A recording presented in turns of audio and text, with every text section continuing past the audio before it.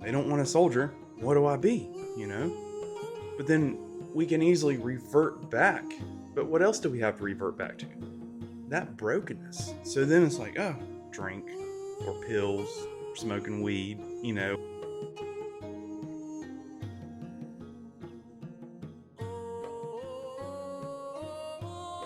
Hey, welcome back to Uncivilized Rebirth. You are my mission. Here's a place where I want to share what I've learned in life about healing because I've been through the ringer.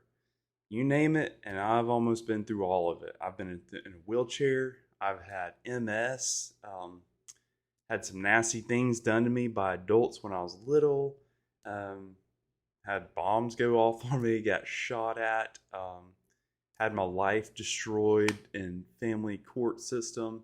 Um, and there's other things. It's not, I'm not a perfect person, but I've been through I'm looking at my camera, all these terrible traumas in life.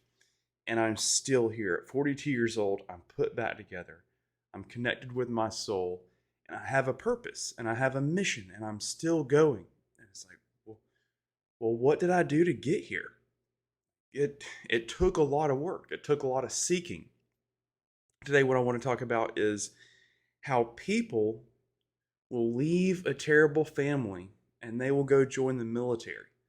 In my opinion, like it seems like the military knows for a fact they're drawing in these people that are running from terrible conditions. But you go there and you find a family, you find a brotherhood, you find belonging, you find purpose, you feel needed.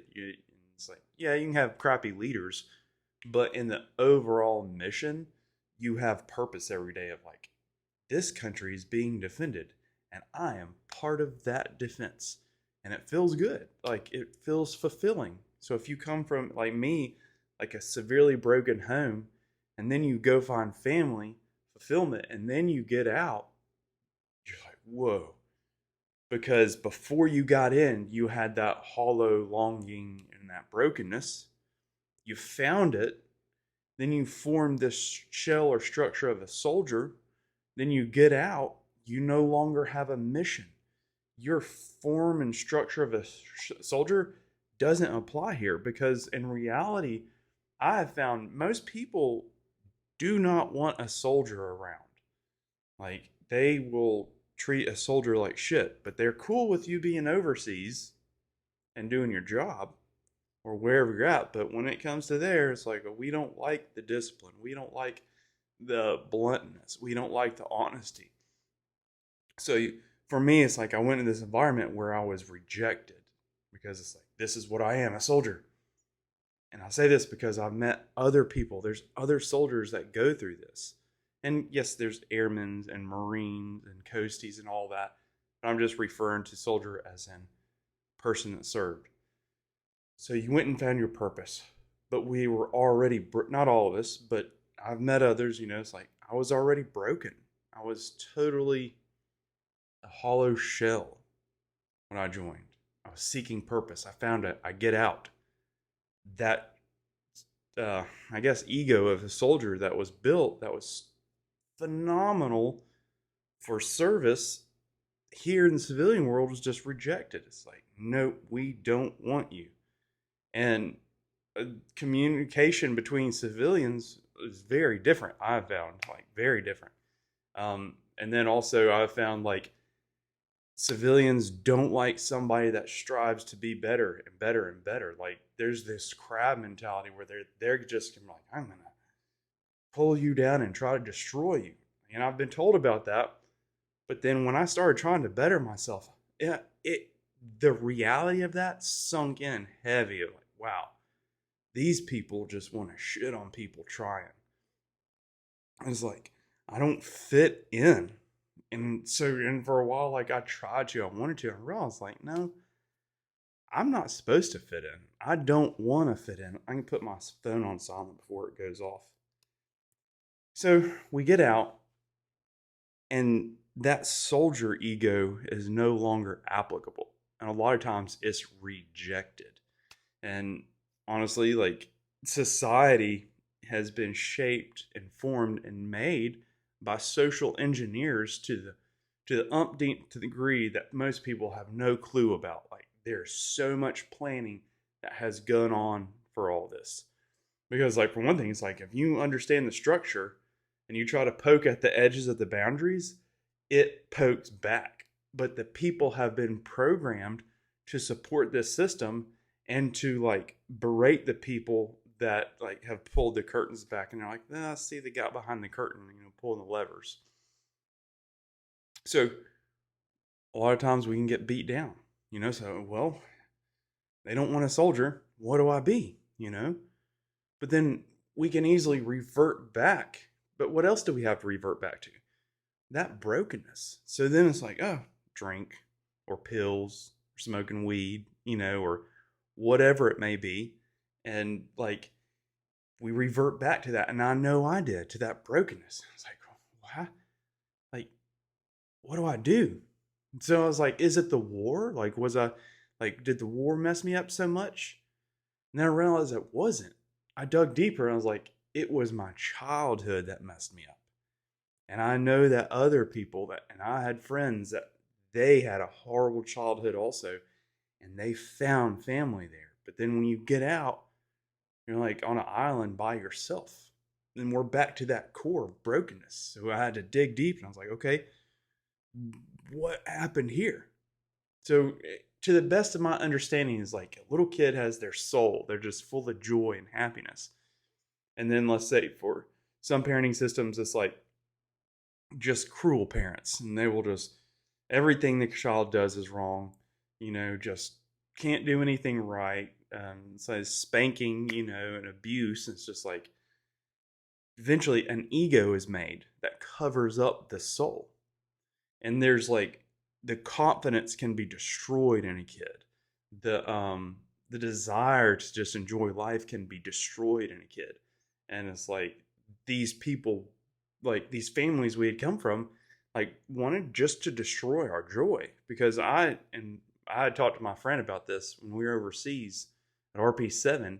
I was like, man, and this was like 20 years ago. I was like, dude, I was touched by malevolence when I was a kid, like, or malevolence, I guess, but just like the evilest. Like, I was touched by it, just in a dark way. But being a soldier helped cover that up because I was strong, brave, I was respected, I was very skilled.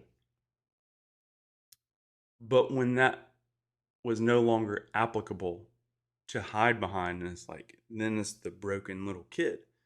Well, what's broken? Is it the brain? No. Is it the ego that was forced to protect the soul? A lot of that.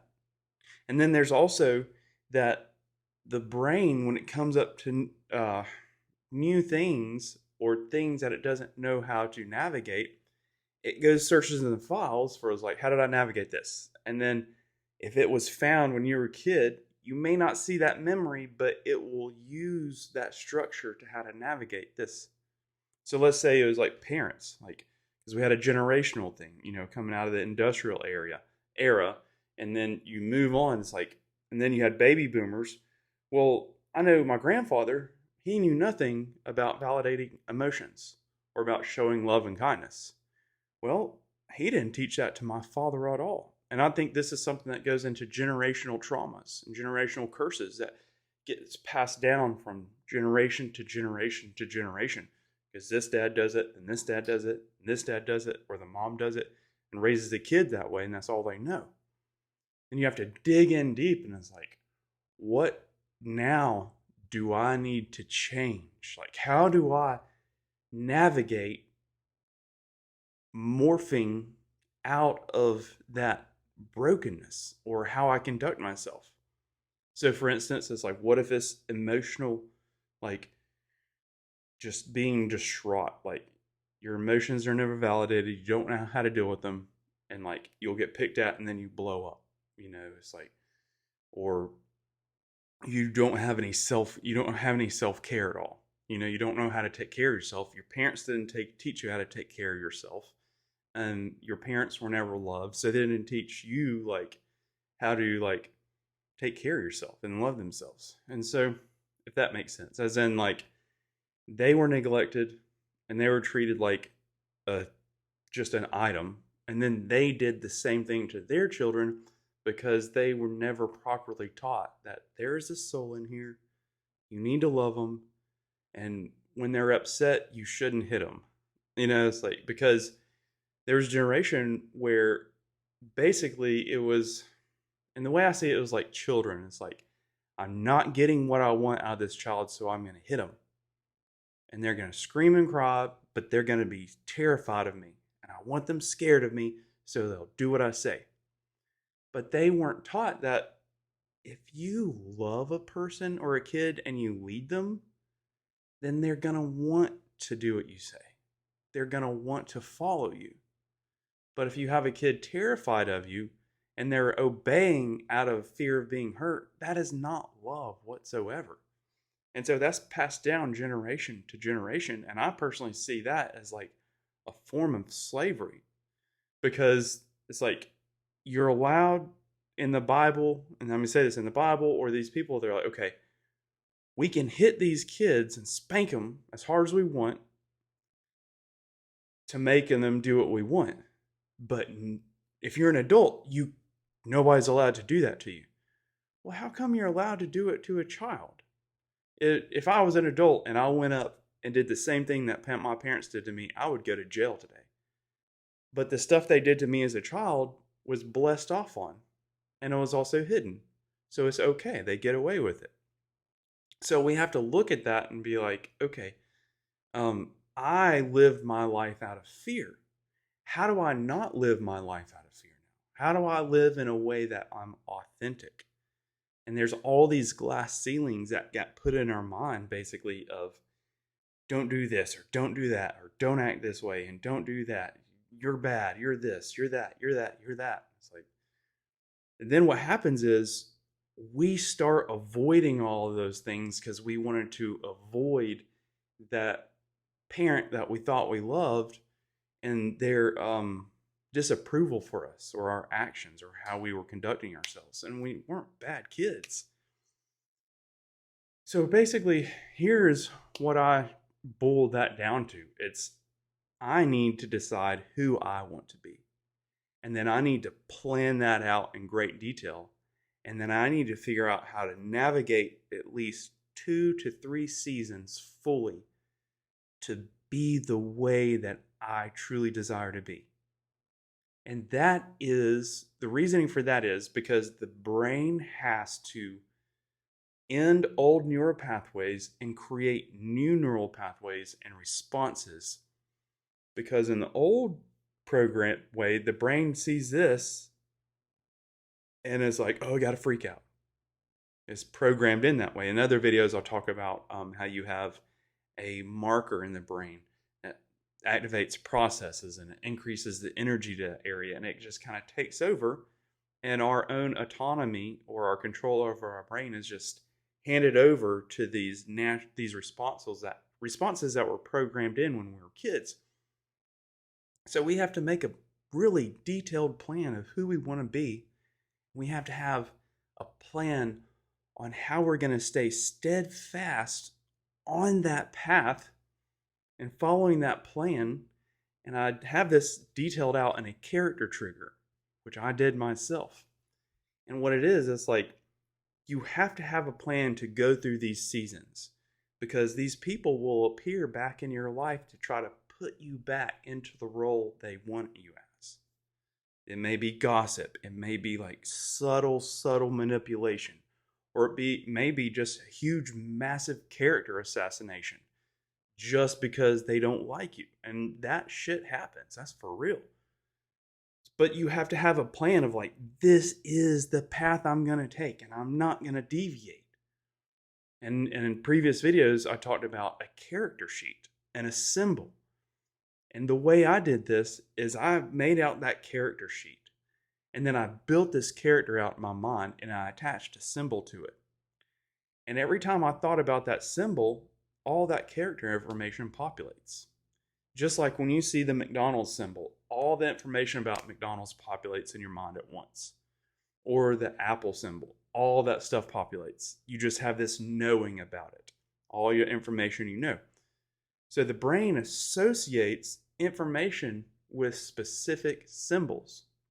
So if you create a simple symbol and then you write out in great detail the character that you want to be, then you can start thinking about that symbol and it will automatically populate. And so it's basically you're building a frame of reference in your mind to access to change your code or your conduct from the way you were raised. And the strength that comes from that is phenomenal because you start looking internally for validation, learning how to validate your own emotions, learning how to tell yourself, man, I'm doing a good job, learning how to let yourself know that you're proud of yourself and you don't need anybody externally telling you that you're doing good. Because when you stop looking for other people's validation and their thumbs up and attaboys, and you know for a fact that you're on your path and you do that for yourself, you become very powerful, very powerful. Hey, I hope that helps. I went I went on a little longer than I intended to. But basically, we have to look at ourselves, and if we have these huge gaps in the way we need to be to get where we want to be, we have to look at our childhood, analyze that very carefully, and then say, the way I was raised, is that how I want to conduct myself? And then we have to take a step back and say, all right, where are the gaps? How do I fill these gaps in? And what do I do next? How do I stay solid through these seasons of tests to test me whether I'm going to go back to the way I was raised or stay on this path of who I choose to be? And more detail of that is in the character trigger, and I'll go into that on the next video. I hope this helps. I'm in the video Roadhouse Spiritual Hard.